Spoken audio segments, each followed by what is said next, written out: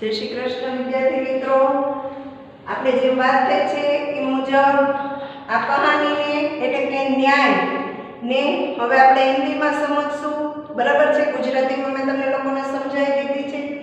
दो मित्र थे, एक का नाम अली ख्वाजा और एक का नाम वाजिद है. दोनों आपस में बहुत ही मित्रता हो, इसलिए अली ख्वाजा अपने घर में अकेले रहते हैं और कुछ पैसे उनके पास इकट्ठे हो गए थे और मन में मुराद थी कि वो एक दिन मक्का की यात्रा के लिए जाए. तो अली ख्वाजा मक्का की यात्रा के लिए जाते हैं और अपने मित्र वाजिद के घर एक तेल का घड़ा जो रखने जा रहे हैं. तो उनके पास जितनी भी स्वर्ण मुद्रा यानी कि सोने का सिक्के, सोना मोहर थी, वो पहले घड़े के अंदर डालते हैं, बाद में उसके ऊपर तेल. पहले के लोग यही करते थे, जो अपना जो भी कीमती सामान है उसे इसी तरह से रखते और छुपाते. अब अली ख्वाजा अपनी स्वर्ण मुद्रा को तेल में छिपाकर वाजिद के घर उस घड़े को पूरी तरह से सील करके रखने जा रहे थे. वाजिद ने कहा, आप तहखाने में अपने आप ही अपने हाथों से रख के आइए. अली ख्वाजा तहखाने में से बाहर निकलकर अली के वाजिद के पास से विदाई लेके मक्का जाते हैं. यहाँ ऐसा हुआ कि वाजिद के घर दावत थी. दावत में कितने सारे पकवान बनाए जा रहे थे, उनमें तेल खत्म हो गया. वाजिद की पत्नी वाजिद की बीवी आके वाजिद को बोलती है कि मुझे तेल चाहिए.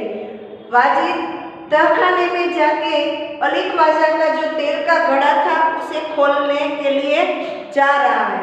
अब तेल के साथ साथ वो देखता है तो स्वर्ण मुद्रा, सोना मोहर देखकर वाजिद की नीयत बिगड़ जाती है.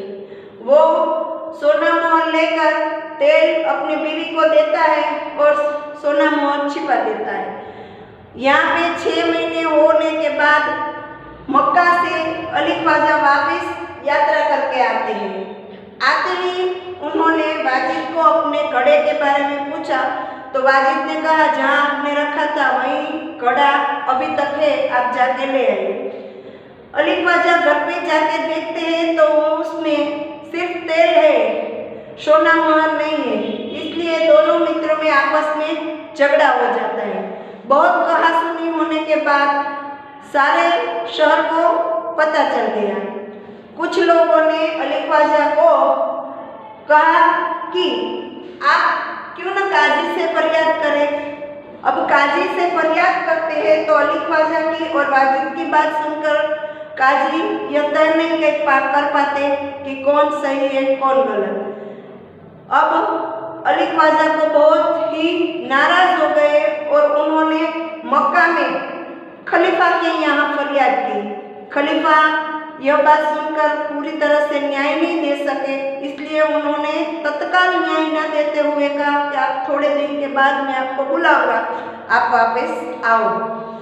अब खलीफा एक दिन रात को वेश बदलकर पूरे शहर में जब घूम रहे थे, वहाँ पे देखा तो कुछ बच्चे न्याय का खेल खेल रहे हैं. उसमें एक हसन नामक लड़का है जो बहुत ही अच्छी तरह से न्याय दे रहा है. खलीफा ने उसे देखा और हसन को बोला कि कल तुम हमारे दरबार में आओ. हसन जब दरबार में आता है उसी वक्त अली ख्वाजा और वाजिद को भी बुलाया जाता है. खलीफा हसन को ये दोनों के बारे में बताते हैं. उनका केस जब हसन ने सुना तो हसन ने कहा कि मुझे 2 तेलियों को बुलाना है.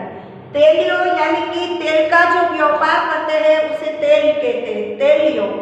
अब ये तेलियों ने तेल को, घड़े के तेल को सूंघा, चखा और जब देखा तो दोनों ने कहा कि यह तेल सिर्फ 2 महीने पहले का है और अली ख्वाजा 6 महीने पहले मक्का गए थे। इस बात से वाजिद को हक्का बक्का रह गया और खलीफा और हसन ने समझ लिया कि वाजिद गलत है और अली ख्वाजा सही है।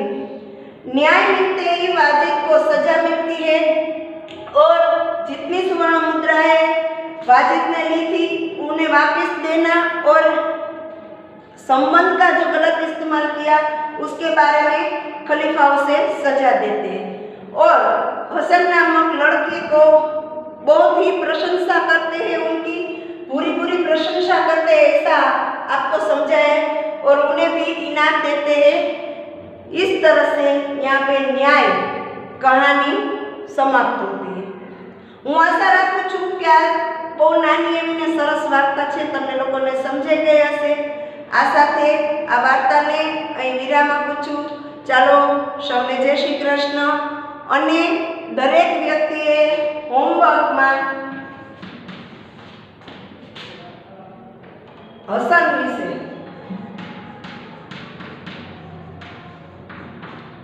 અલી ખ્વાજા એટલે કે અલી વિશે અને વાજીદ આ ત્રણમાંથી એક વિશે તમારે લખવાના છે 10 ગણતરી